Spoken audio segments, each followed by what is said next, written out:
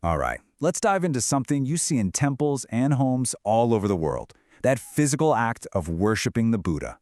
We see it all the time, but what's really going on? What does this ancient practice truly mean?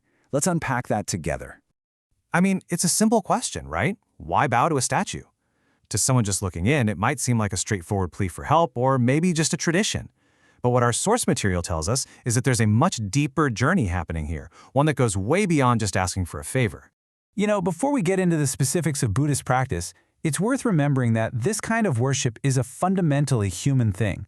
Across just about every culture and belief system, people have always found ways to physically show the faith, the respect, and the awe they feel inside. It's like building a bridge between our inner world and the one we can see and touch. Okay, so what usually gets people to start doing this in the first place? Well, our source points to some very common, very human motivations. These are often the entry point, the start of the whole practice. A lot of people start because they're looking for comfort when they feel lost, or maybe protection when they're scared. Others might be asking for something tangible, success, wealth, that kind of thing. And hey, for some, they just do it because it's what their family and community have always done. And these are all perfectly understandable starting points. But that's exactly what they are, the start of the path, not the final destination. And this is where everything shifts. This is the crucial turn.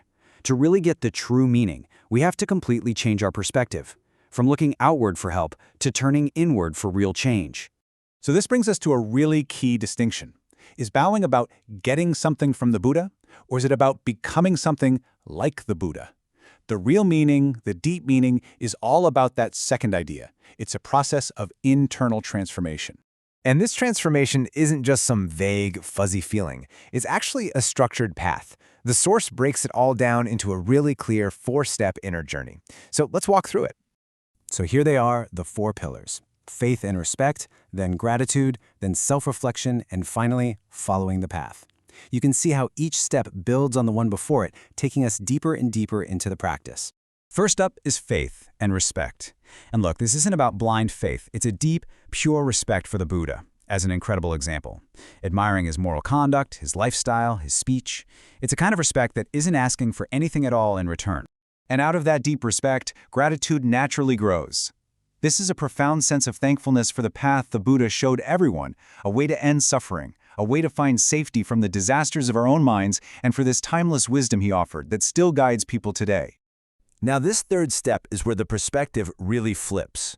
The statue stops being some external figure, and instead it becomes a mirror. The act of bowing becomes a moment to look inward, to really see our own flaws, but even more importantly, to recognize that the potential for enlightenment, that Buddha nature, is already right there inside of us. This quote just nails it perfectly. The physical image outside is just a prompt.